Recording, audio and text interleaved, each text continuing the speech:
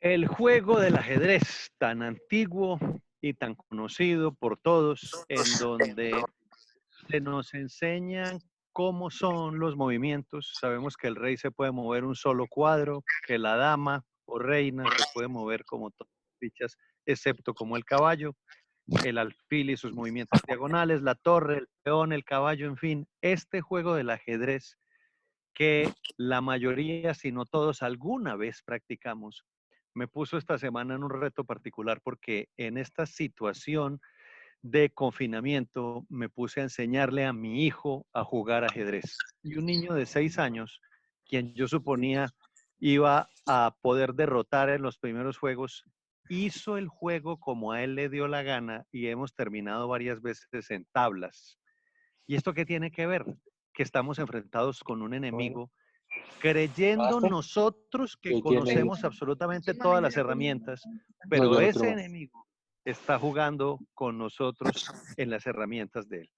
Y por eso tenemos que repasar los elementos de la biología básica, en donde el más importante de ellos es el complejo redox, que es el núcleo de la maquinaria metabólica, en donde dos moléculas que se encuentran, siempre se están encontrando moléculas, una de ellas dará electrones, es la que se oxida, y la otra lo recibirá, es la que se reduce.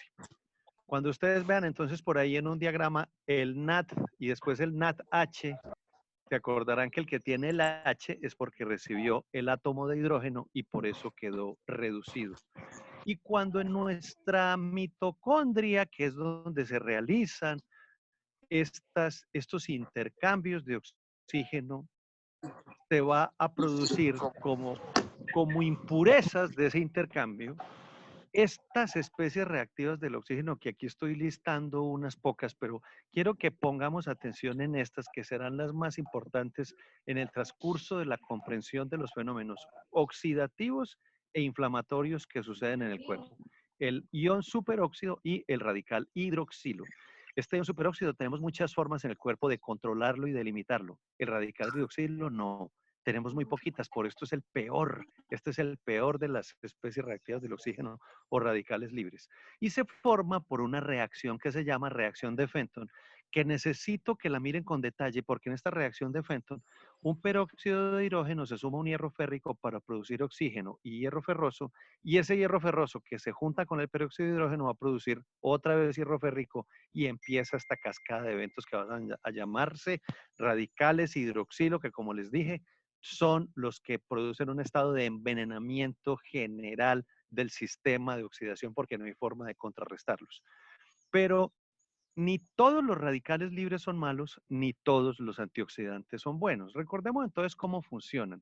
Y esto es importante porque hoy que estamos hablando del universo del estrés oxidativo, de la inflamación, y hoy verán algo de la microbiota en estos tiempos de pandemia viral, veremos cómo todos los sistemas están interconectados entre sí y cómo probablemente las dificultades que estamos teniendo es porque no identificamos esa complejidad propia de la biología para creer que funcionamos en un sistema totalmente lineal.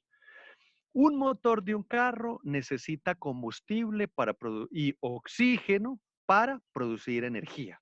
Sin aire y sin gasolina, el motor no produce energía y el costo de esa producción de energía es la liberación del smog. En la mitocondria, el combustible se llaman carbohidratos, proteínas, al igual que el oxígeno, que también producirán energía, igual que el motor, y allí se produce el smog o impurezas derivadas del metabolismo mitocondrial. De tal forma que esta combustión que se da en la mitocondria se basa en lo que he dicho desde el principio, que es la oxidorreducción, donde el que da electrones se oxida y el que recibe los electrones se reduce. Y esto mismo que explica que en la mitocondria se origina la vida, al igual que en este órgano, que así se considera hoy en día, que es la membrana celular, nos habla de la paradoja de la vida aeróbica, porque ahí se origina la vida, pero ahí mismo se origina la muerte. Es donde sus alteraciones están desencadenando todos los problemas que tenemos hoy. Y en esta membrana celular en particular estamos viendo la cascada de eventos que están matando a las personas con el COVID-19. Entonces, cuando ustedes tienen que inspirar oxígeno, lo que se produce son 3 tipos de reacciones a nivel de su célula, en la cual en las 3 se va. En una se suma un electrón para formar radical superóxido. Cuando se suman 2 electrones se forma peróxido de hidrógeno y cuando se suman 3 electrones se forma agua y el radical hidroxilo, que es el que se forma por esa reacción de Fenton, y este radical hidroxilo tenemos poquiticas herramientas y además se necesitan no solo por pocas, sino por muy sofisticadas para poder controlarlo y para poder limitar su daño. Entonces, en la evolución, desde que éramos bacterias unicelulares hasta lo que somos hoy en día, aparecieron las enzimas antioxidantes definidas como moléculas ávidas por ser antioxidantes. Miren la definición, antes que se dañe el DNA o la membrana celular, antes que el óxido dañe el núcleo o la membrana celular. Son 3 las enzimas antioxidantes: superóxido dismutasa, catalasa y glutatión peroxidasa. Y tenemos muchos otros antioxidantes que son los que nos refieren nuestros pacientes de sus lecturas cotidianas o de Google, y adicionalmente los antioxidantes que las mamás nos recomiendan desde chiquitos, que son los sistemas antioxidantes no enzimáticos. Ya hablamos de las enzimas antioxidantes. Los no enzimáticos, minerales como zinc y selenio, vitaminas, y estos que están de moda, que son los polifenoles, los flavonoides y los ácidos fenólicos presentes en frutas y verduras y que hoy se están convirtiendo en herramientas terapéuticas muy utilizadas en muchas ramas. ¿Para qué el cuerpo los usa? Para poder establecer el estado de equilibrio que tenemos siempre, porque como les dije en una diapositiva al comienzo, no son malos los procesos oxidativos, porque es gracias a ellos, por ejemplo, que su polimorfo nuclear neutrófilo puede, gracias a ese ion superóxido, fagocitar una bacteria y es ese ion superóxido el que le da el poder destructor a su polimorfo nuclear neutrófilo. Entonces, miren que estar en equilibrio es fundamental porque necesitamos que estas especies reactivas de oxígeno, estos radicales libres, destruyan nuestros enemigos, pero adicionalmente sirvan como señales moleculares de nuestros amigos. Pero cuando miramos esta compleja diagrama que ustedes ven aquí de lo que pasa en la mitocondria, y los quiero simplificar porque es absolutamente claro en donde ustedes inspiran y ese oxígeno que inspiraron hace que por una oxidasa se pegue un electrón y se forme este con un electrón O2 punto rayita, radical hidroxilo, que gracias a la superóxido dismutasa, por eso se llama ion superóxido, perdón, radical hidroxilo no, ion superóxido, este ion superóxido, la superóxido dismutasa lo dismuta y lo convierte en peróxido de hidrógeno. Y a partir de este peróxido de hidrógeno, inmediatamente y en forma secuencial, se activa la glutatión peroxidasa para producir oxígeno y se activa la catalasa para producir agua y oxígeno. Cuando esto funciona bien, todo regio y todos felices. El problema es que cuando esto no nos funciona bien, ¿qué es lo que pasa cuando se inicia el proceso de envejecimiento? Que la comunidad científica está todo y los indicadores claros de que ese proceso empieza a los 27 años. Esto no funciona bien y hacemos que a partir de este peróxido de hidrógeno el hierro y el cobre y lo que se llama globalmente iones metálicos covalentes, en donde los más importantes en el humano son hierro y cobre, se produzca a partir de este peróxido de hidrógeno este radical hidroxilo que pudre todo, doctores. Este sí no tiene funciones biológicas positivas conocidas. Solo se sabe que el radical hidroxilo hace daños en los sistemas biológicos. Y esto es tan nocivo en los sistemas biológicos que es gracias a la reacción de Fenton que hoy se produce la descontaminación de aguas o de basuras por el inmenso poder que tiene el radical hidroxilo de destruir muchos elementos biológicos que son, en nuestro caso humano, positivos y si no, son negativos. Aquí vemos entonces que esto fue descubierto en el año de 1876. No existe entonces ninguna, ninguna mención que podamos decir que es algo nuevo y que por lo tanto, ya que le gusta tanto a muchos, no existe la validación suficiente de que funciona. Está totalmente reconocido en la comunidad científica.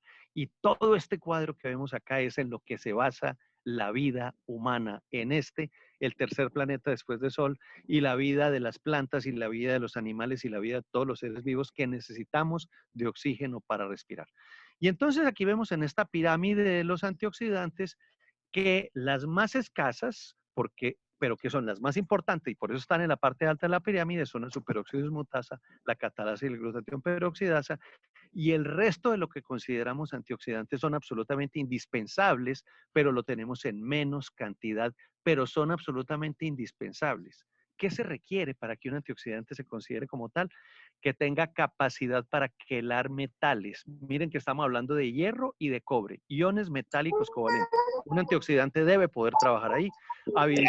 Habilidad para recoger especies reactivas de oxígeno, para regenerar nuevos antioxidantes y para reparar el daño oxidativo. La clave, como tantas cosas en la vida, es la sinergia.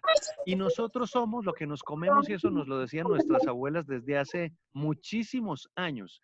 Pero vamos a recordar cómo se produce esta sinergia a partir de los micronutrientes, porque tenemos 13 vitaminas y 14 minerales que provienen de la dieta, que no nos proveen calorías, porque eso lo proveen los macronutrientes, pero que nos ayudan a que esa comida de los macronutrientes se conviertan en energía. Son calcio, magnesio, fósforo, potasio y sodio. Se llaman macrominerales porque son los que están en mayor concentración. Y los otros son los minerales traza, que están en menores concentraciones, pero que son absolutamente indispensables para que, trabajando en sinergia, participen en que tengamos funciones celulares normales de metabolismo, de función inmune, de función cognitiva, salud ósea. Y es esa sinergia la que hace realmente posible que podamos resolver todas las funciones metabólicas de nuestras células.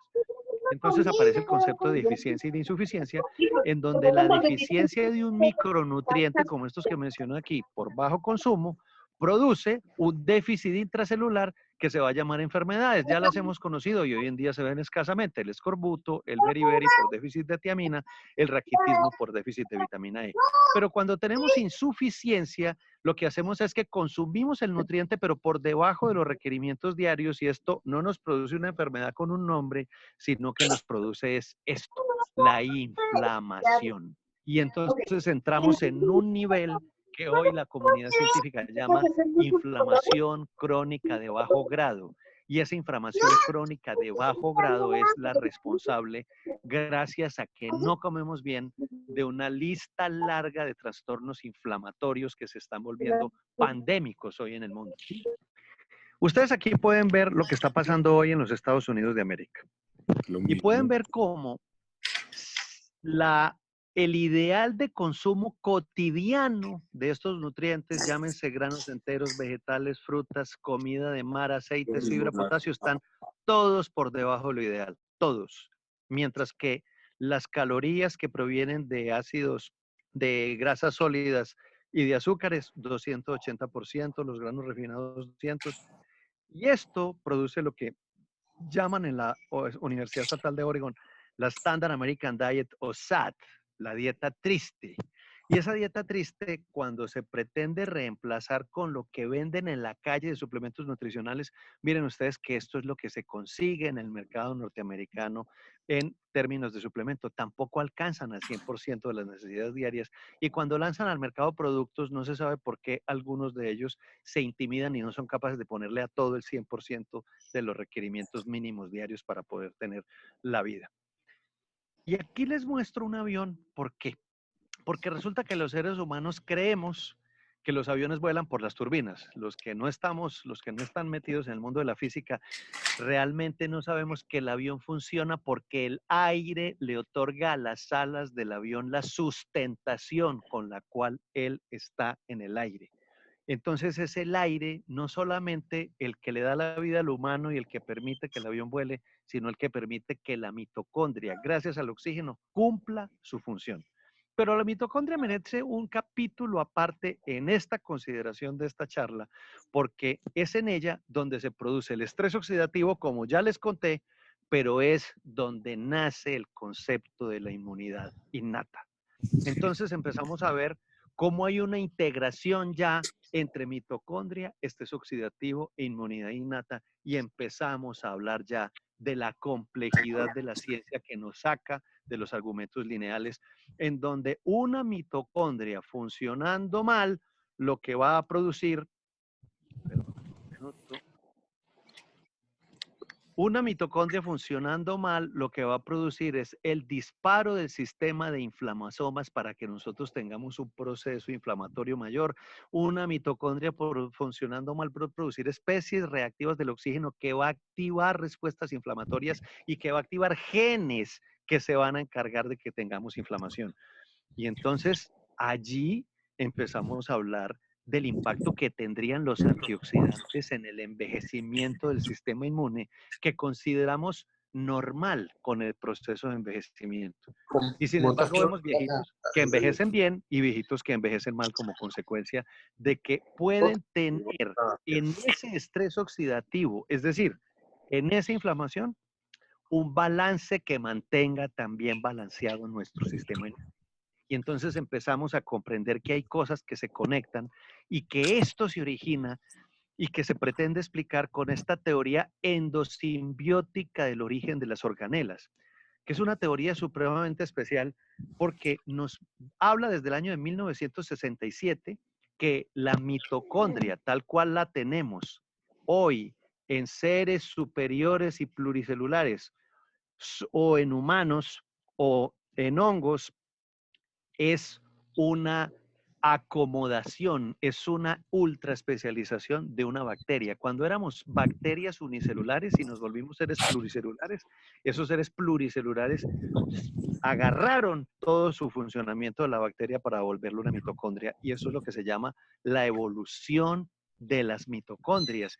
Y en esa evolución de las mitocondrias vemos cómo la mitocondria tiene su ADN como lo tiene la bacteria, cómo la forma de duplicación mitocondrial es exactamente igual a la bacteriana, y cómo esto que tenemos los eucariotas, o sea, plantas, hongos y animales, en las plantas los llamaríamos cloroplastos, son los que se encargan de toda la función de producción, no solamente de energía, de estrés oxidativo, sino, y esto es supremamente importante, el origen de nuestra respuesta inmune innata.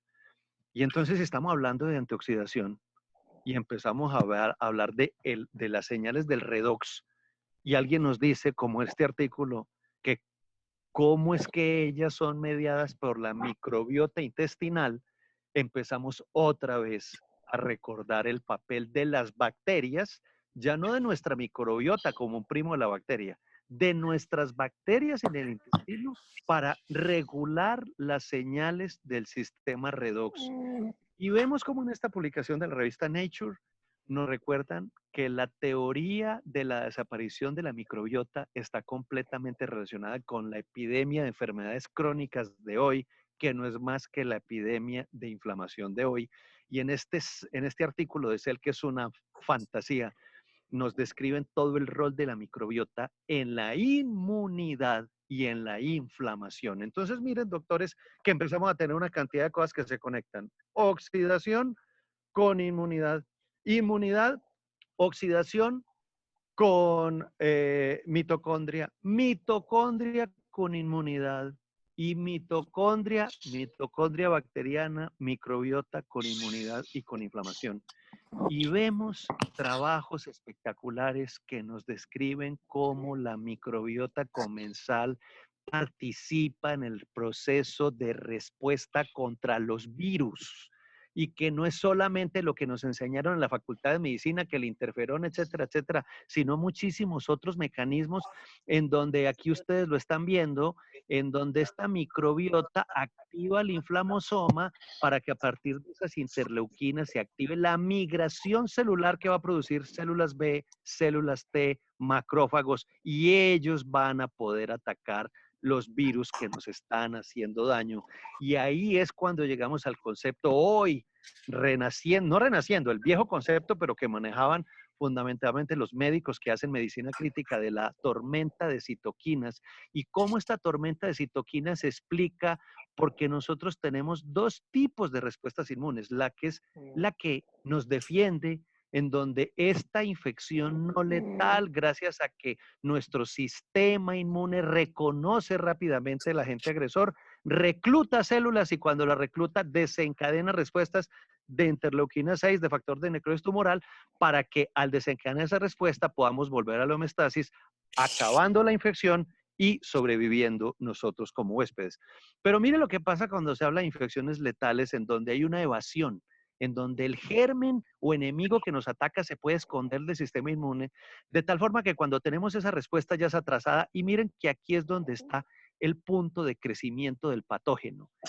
Cuando se identifica rápido, frenamos su crecimiento y cuando retrasamos su identificación, él prolifera, pero además, cuando el sistema detecta ese atraso, lo que produce es una respuesta exagerada para alcanzarlo, porque dice, Dios mío, nos invadieron, multipliquen la acción contra el enemigo, y esa respuesta exagerada es la que se va a llamar tormenta de citoquinas.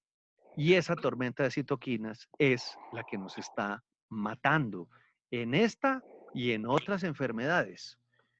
Pero como esta enfermedad es particularmente sensible en el pulmón, tenemos que mirar que desde hace rato, este es un artículo del 2015, nos hablan de los macrófagos alveolares y de la microbiota pulmonar que están completamente interconectados, y nos hablan otros artículos de cómo la microbiota comensal mantiene los macrófagos alveolares con la producción apropiada de ciertas citoquinas que incluso contribuyen a la actividad antitumoral, y vemos cómo todos estos mecanismos que ustedes ven allí están interconectados y son múltiples, hay múltiples cosas que participan. No es la biología, entonces, doctor, es un mecanismo lineal, sino un mecanismo complejo.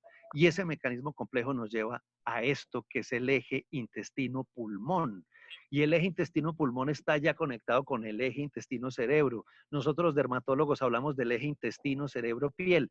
Y esto, cuando se refiere a lo que ustedes ven en este título, el lugar para la comunicación entre los órganos, gracias a las bacterias y a este eje intestino-cerebro, nosotros vemos cómo perfectamente, y ustedes lo ven aquí, cómo el sistema inmune del pulmón tiene su sistema inmune una bacteriobiota, una micobiota, hongos, y una virobiota, que hacen parte cotidiana de él.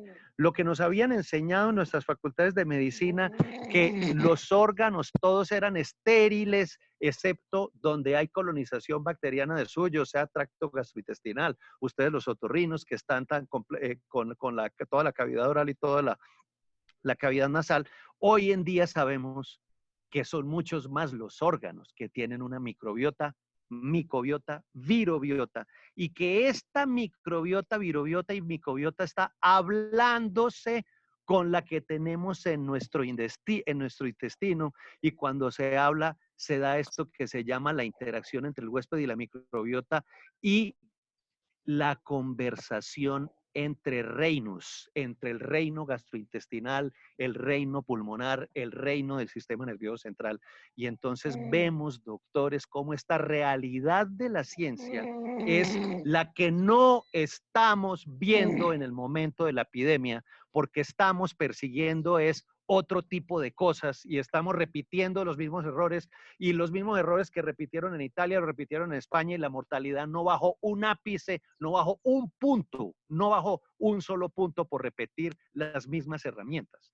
Y entonces hablamos del impacto de la microbiota del pulmón en la disbiosis y en la inflamación.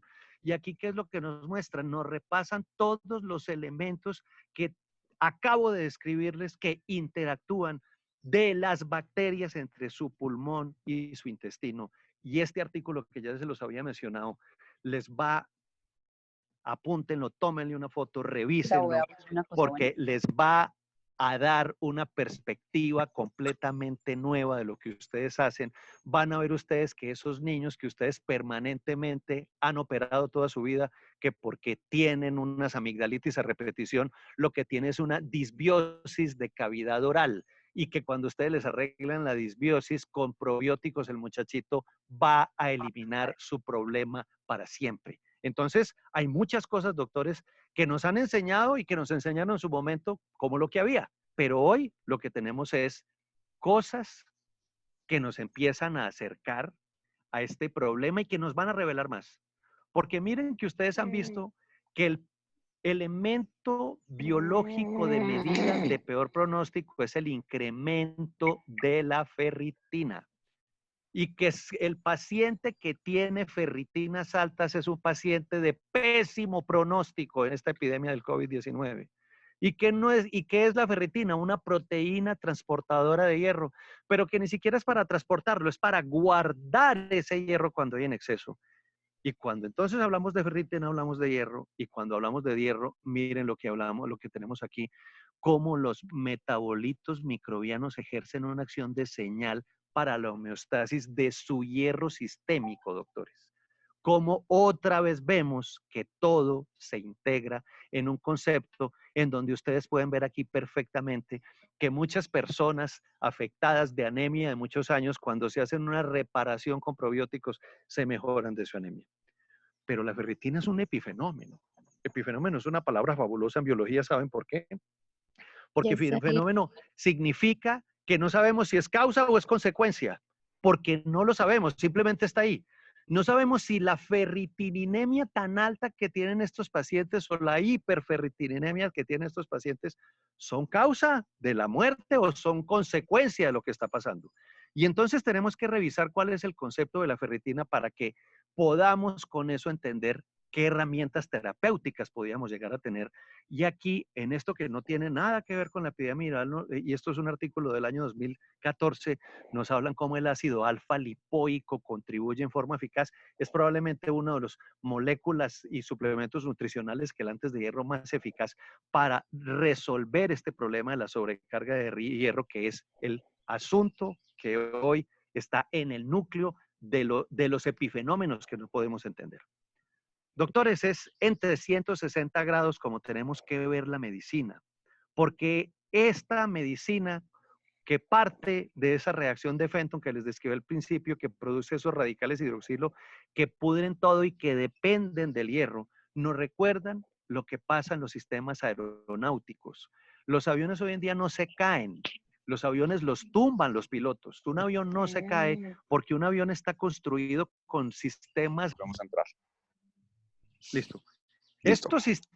Estos sistemas redundantes de los aviones conectan absolutamente todo para que unas funciones reemplacen a otras. Y entonces, esta visión lineal de problemas, de causa, efecto, problema o de diagnóstico y etiqueta, esto se llama la visión lineal de la realidad.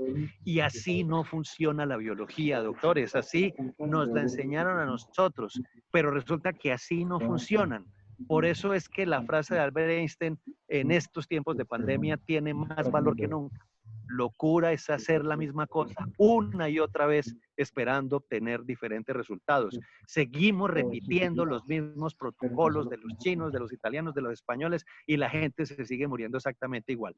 En esta evaluación de 360 grados pretendíamos repasar la oxidación, la microbiota, la inmunidad en un elemento en donde es absolutamente clara la palabra contexto, porque así funciona la biología. La biología funciona en contexto. Por eso los que sentimos un particularidad en términos lineales, pero nos salimos por completo del contexto biológico particular. Por eso es que hay esperanza, porque ya hay grupos de personas que están entendiendo esto de los contextos y están descubriendo, por ejemplo, ustedes ven aquí estos dos tanques de guerra.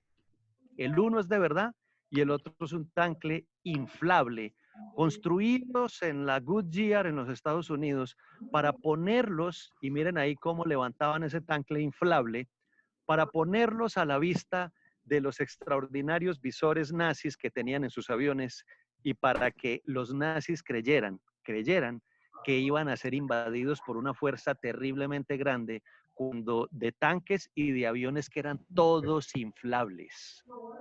Esto es lo que se llama estrategia y nosotros como humanos podemos copiarla, podemos hacerle creer al virus que lo vamos a fregar, que tenemos una gran cantidad de cosas que nos defienden como nuestro sistema inmune, que está mediado por nuestro sistema oxidativo y que está controlado y regulado por nuestra microbiota.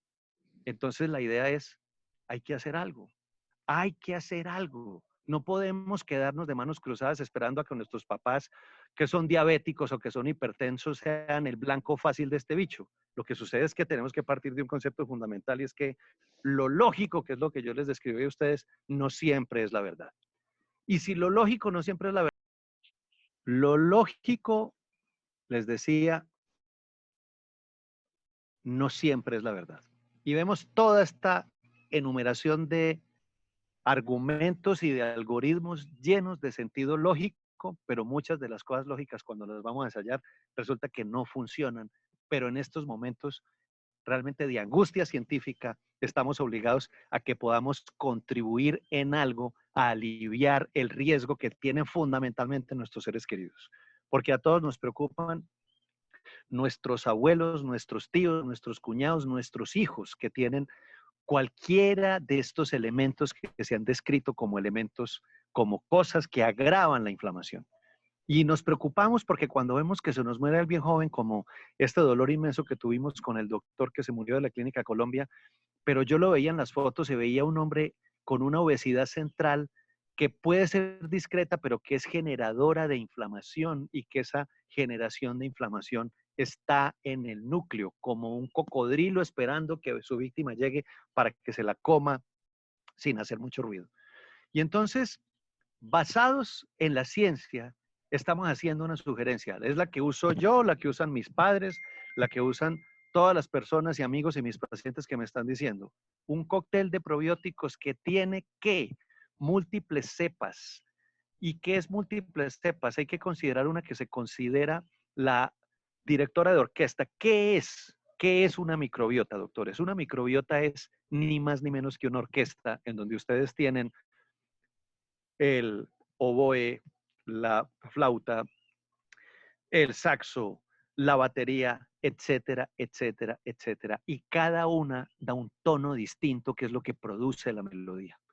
Pero esta orquesta no funciona solita, necesita alguien que la dirija y está más o menos la comunidad científica de acuerdo en que el director se llama Bifidobacterius infantis. Ahorita lo buscan en Google, Bifidobacterium infantis.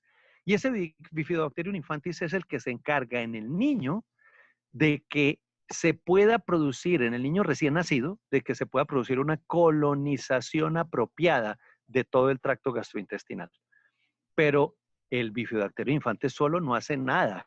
O como los probióticos que les mandan a sus hijos los pediatras que tomen Terogermina Plus, un producto espectacular, pero que tiene nomás Bacillus clausi, tiene una sola cepa, una. O que Floratil tiene una sola cepa que se llama Saccharomyces boulardii. No, doctores, esto es un cóctel.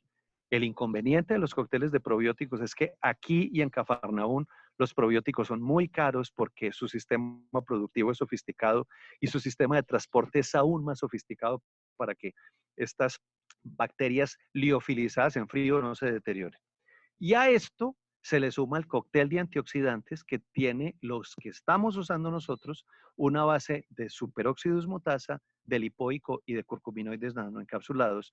Y a partir de esa base, lo que ustedes consideren de sus revisiones que va a servirle a una persona comprendiendo que todo antioxidante es un potencial prooxidante y que no es, doctores, que porque en lugar de tomarme una pepa de centro me va a tomar 20, entonces voy a estar más aliviado. No, la idea es que las dosis tienen que ser cercanas a lo que conocemos como dosis recomendada diaria para que podamos tener una acción positiva. ¿Qué sucede? Que si el estrés oxidativo acumulado es largo, lo que nosotros tenemos que hacer es una dosis de impregnación inicial que puede durar 5, 10, 12 días. Eso todavía no hay consensos en la comunidad científica y los consensos es muy bueno que no los haya porque la ciencia no se puede basar en democracia. No es que todos votemos a ver si estamos de acuerdo en que hay que tomar 5 o 10 días. No, la ciencia se tiene que basar en hechos y los hechos se tienen que comprobar. Pero en este momento, como no tenemos tiempo porque la epidemia nos está matando, tenemos que arrancar con algo que sea creíble y fundamentalmente que no tenga efectos colaterales indeseables conocidos para poder asegurarle a nuestra familia, a nuestros amigos, a nuestros pacientes que hay esperanza y que no nos tenemos que quedar cruzados de manos esperando que un infame virus llegue a nuestro pulmón y nos mate en forma de misericordia. Muchísimas gracias.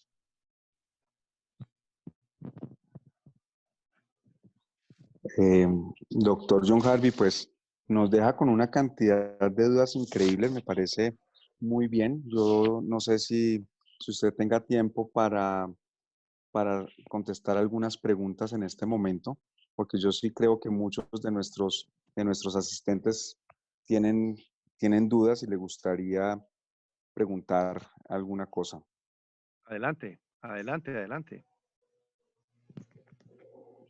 Eh, Porfa, quiero que levanten la mano para que yo pueda, para que podamos hacer la disertación con el doctor John Harvey. Luis Felipe Mora, quiero hacer una pregunta. Perfecto, Sí, Luis doctor Felipe. Luis Felipe, adelante. Doctor, gracias. Verdad que impresionante su charla. Nos deja en ascuas y esperando que haya una segunda parte de cuál es la esperanza, tengo dos inquietudes. La primera, hoy en estos días hay una cantidad de dietas, entre ellas la cetogénica, que está muy de moda y que está promocionando el consumo exagerado de grasas sin un consumo adecuado de nutrientes básicos como los que conocemos. ¿Qué opinión le merece esto, doctor, en cuanto al sistema inmune, lo que usted está hablando? Mm, Oiga, una pregunta espectacular porque me pone en un escenario de confrontación con los que vienen defendiendo este tipo de herramientas que se salen de la, digamos, de la lógica del funcionamiento, pero que tenemos que reconocer que podrían eventualmente modificar eso que hablé yo ahí de los contextos. Entonces, esas dietas funcionan bien, uno ve que la gente baja de peso, pero el peligro, vea, en este momento, cuando a mí me han llamado a preguntar esto, vea, usted está haciendo eso, yo les sugiero a mis pacientes, suspéndala en este momento de epidemia y si quiere la empieza después, cuando ya no tengamos riesgo, pero no incrementemos, por lo menos en teoría, lo que produce inflamación. Y el problema es que el principal modulador de la microbiota es la dieta, es el principal. Entonces, siendo el principal, si producimos unos notables cambios en la dieta, produciremos unos notables cambios de la microbiota. Y esos notables cambios pueden ser positivos, un upgrade positivo para la microbiota, o pueden serlo no tanto. El tema es que apenas estamos determinando en esta dieta cetogénica cómo es que se está, cuál es el perfil de esa nueva microbiota, si es una microbiota proinflamatoria o no. Y mientras no sepamos eso, mi sugerencia es suspéndala mientras estamos en la crisis de la pandemia y si quiere la reinicia después, pero no tengo más herramientas para poder, digamos, dilucidar con claridad lo que usted me quiere preguntar en esos términos. Pero el asunto es, si tiene alguien que conoce con la dieta, suspéndala. Acá me están haciendo una pregunta, John Harvey, que ¿qué probiótico recomienda y a qué dosis? Vean, yo uso, eso toca, los probióticos vienen, cepas, Bifidobacterius infantis, Lactobacillus acidophilus, Lactobacillus rhamnosus, Lactobacillus, bueno, en fin, toda una larga lista. Entonces lo que hay es marcas. Entonces yo les digo las que yo uso. Yo utilizo Alflorex, que es una marca que tiene Bifidobacterius infantis, es la única que lo tiene. Utilizo Iflora, que viene, es un producto que viene liofilizado y viene en nevera con Lactobacillus acidophilus y Lactobacillus rhamnosus, que son, digamos, el componente más importante de esto. Lo complemento con, hay una marca chiquita que venden en Colombia que es de un laboratorio que se llama Orbi. No tiene ni página web, es una empresa chiquita, pero que trae estos probióticos y es chistoso porque los traen de Hungría. ¿Se acuerdan ustedes de los bacilos húngaros y todo lo que hubo? Pues resulta que eso no es chiste. Los húngaros llevan años investigando después de que se dio el boom en los años 60 y 70 de los bacilos húngaros. Crearon toda una modalidad para trabajar en esto todavía bajo el régimen soviético y tienen muchísima experiencia en producir cosas de muy buena calidad. Los húngaros que hoy ya no son pues más comunistas, pero que les quedó toda esa formación. Esta empresa tiene unas marcas que se llaman Bioflor, Bioflor Masticable, Ecolbiotic, que tiene una ventaja es que son productos muy buenos y que no tienen los costos muy altos de las otras. Está por supuesto el Heptavis, que el Heptavis es otra que usan mucho en gastroenterología en términos de diarrea. Y hay muchas más. Entonces, lo que a ustedes les toca es irse ahorita para la farmacia, mirar cuáles son las que hay y mirando las cepas, construirse un cóctel que les sea conveniente. ¿Cuál es la idea? Miren, esto es muy importante, es que la producción de una bacteria para la venta de un probiótico se hace con una técnica que es liofilización. ¿Y qué es la liofilización? La liofilización es la deshidratación en frío. Es un procedimiento tan sofisticado que en el mundo, por ejemplo, solamente hay dos plantas que son liofilizadoras de café. Una que queda aquí a 20 kilómetros de mi finca, donde estoy en este momento en Chinchina, y otra en Brasil.